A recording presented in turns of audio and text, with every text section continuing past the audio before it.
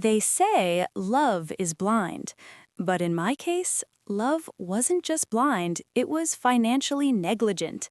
My name is Isabella. I am 34 years old, and I made my fortune in logistics. I move things across oceans. I solve complex problems. I am precise, analytical, and usually very hard to fool. But Richard was my blind spot. We met at a charity gala 5 years ago.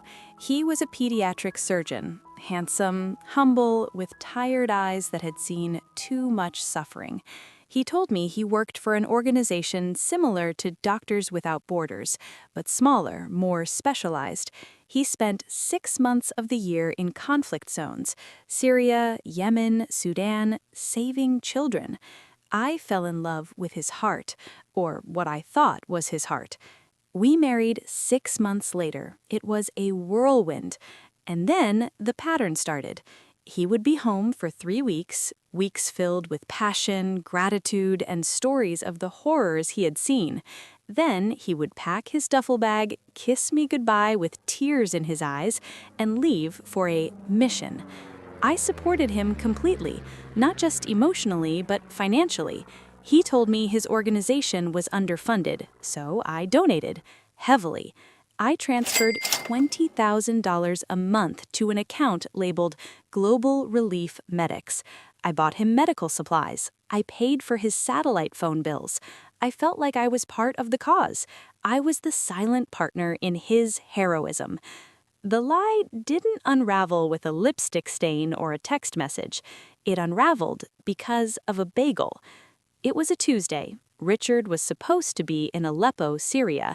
He had been gone for 2 weeks. I was at a coffee shop in downtown Seattle, waiting for a client. I looked out the window and I saw a silver Toyota Camry pull up to the curb. The driver got out. It was Richard. He wasn't wearing his scrubs or his tactical gear. He was wearing a polo shirt and cargo shorts. He walked around the car and opened the back door. He lifted out a toddler, a little girl with curly hair. Then a woman got out of the passenger seat. She kissed him, not a friendly peck, a deep, familiar kiss. He slapped her playfully on the butt as they walked into a bagel shop. My world didn't spin, it stopped. I didn't run out and scream, I didn't confront him. I sat there frozen, watching my husband, the man who was supposed to be dodging mortars in a war zone, order a poppy seed bagel with cream cheese. I took out my phone. I snapped photos, hundreds of them. Then I called my private investigator, Mr. Cole. I gave him the license plate number. I said, find out where he sleeps and find out who she is. Mr. Cole called me back 6 hours later. The report was a masterclass in deception. Richard wasn't a surgeon. He had dropped out of med school 10 years ago. He wasn't in Syria. He never left the state. The Global Relief Medics account, it was a Shell LLC registered to a woman named Sarah Jenkins. Sarah was his high school sweetheart.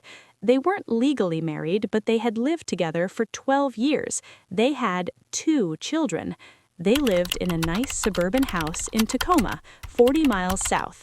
A house with a pool, a house with a new roof, a house paid for by me. My $20,000 a month wasn't buying medical supplies. It was paying their mortgage, their car loans, their vacations to Disney World, and Sarah's credit card bills. I went home. I poured myself a glass of whiskey. I sat in the dark living room of my empty mansion. I looked at the wedding photos on the mantle. I realized something sickening. He didn't just have a secret family. I was the secret family. I was the cash cow. He would come to me to recharge and collect checks, then go back to his real life with Sarah. I could have divorced him. I could have sued him for fraud, but that felt too easy. Richard had stolen 5 years of my life. He had stolen millions of dollars. He had played me for a fool. I didn't want justice. I wanted total destruction. I looked at Mr. Cole's report again, specifically the section about their house. They had a mortgage with a small regional bank.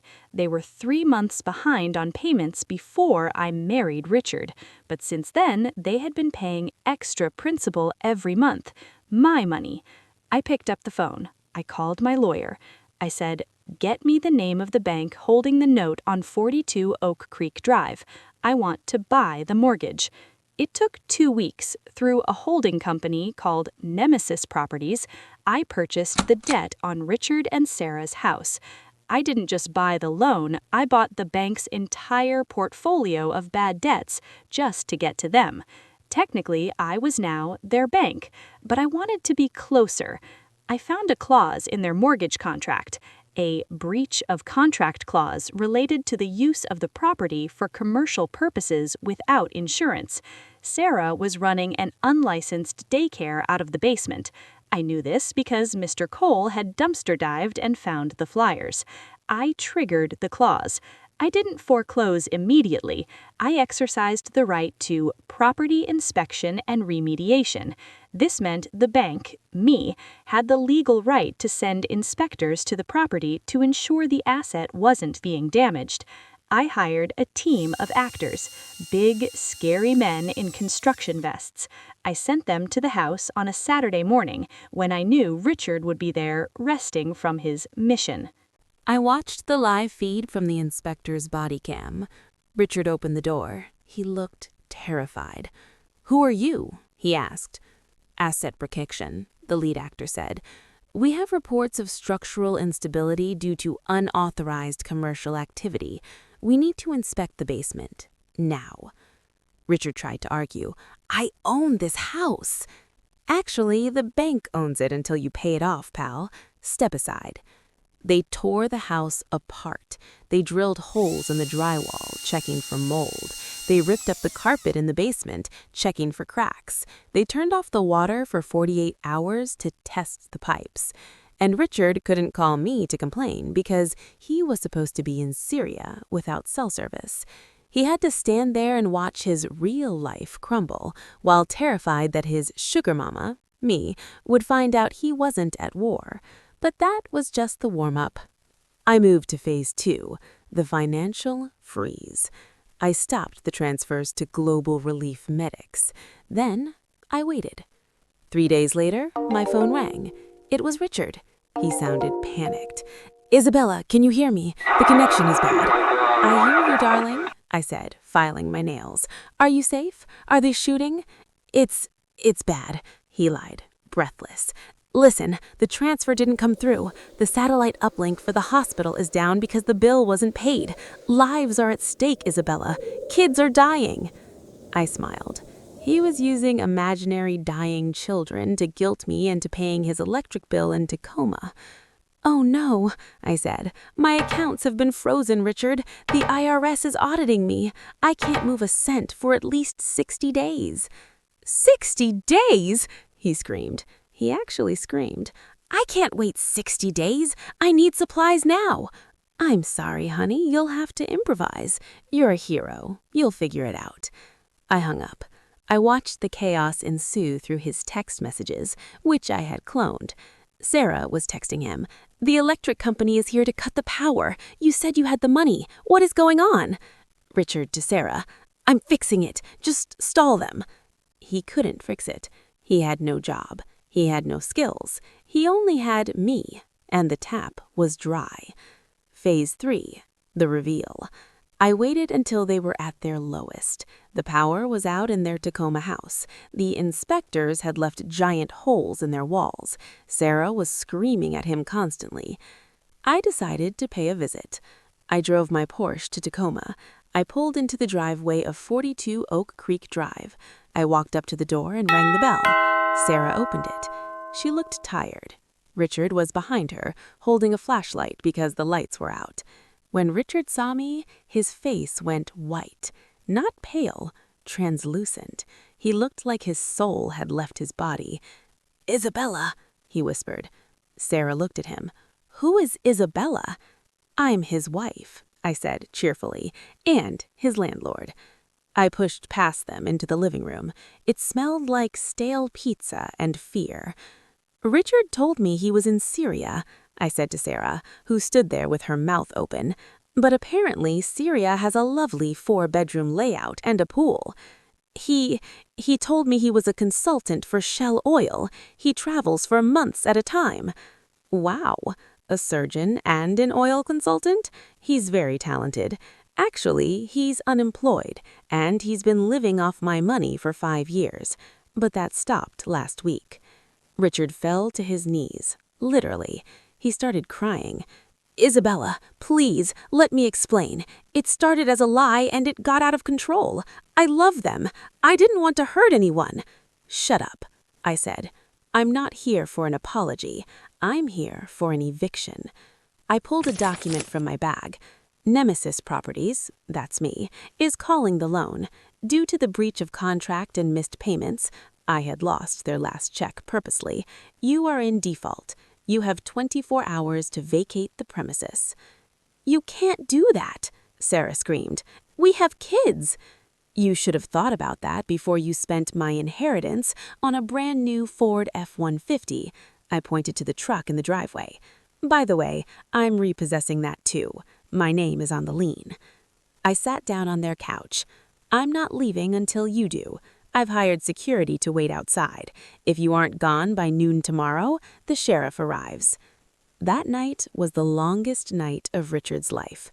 I sat in his living room drinking wine I brought from my car, watching them pack. They fought.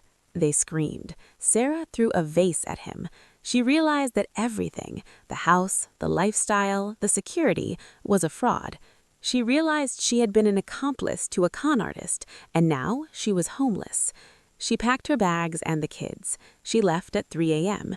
She looked at Richard and spit on the ground. "Don't follow us," she said. Richard was left alone with me.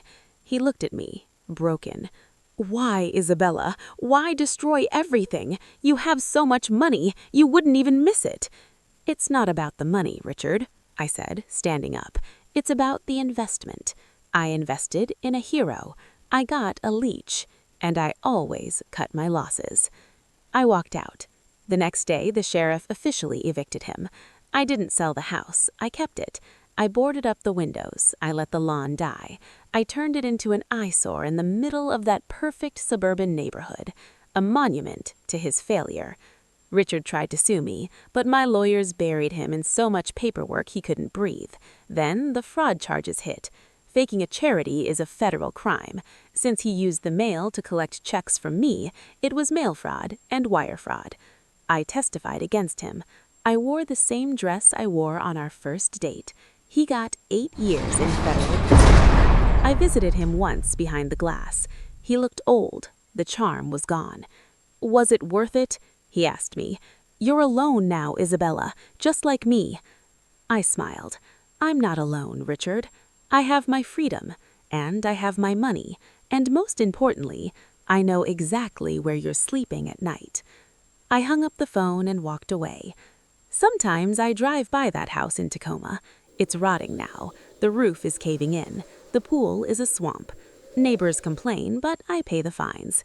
It reminds me that even the most perfect lies eventually collapse if you destroy the foundation. Ladies, if your husband is a hero who is never home, check the mileage on his car. He might just be a villain next door. This is Isabella. Case closed.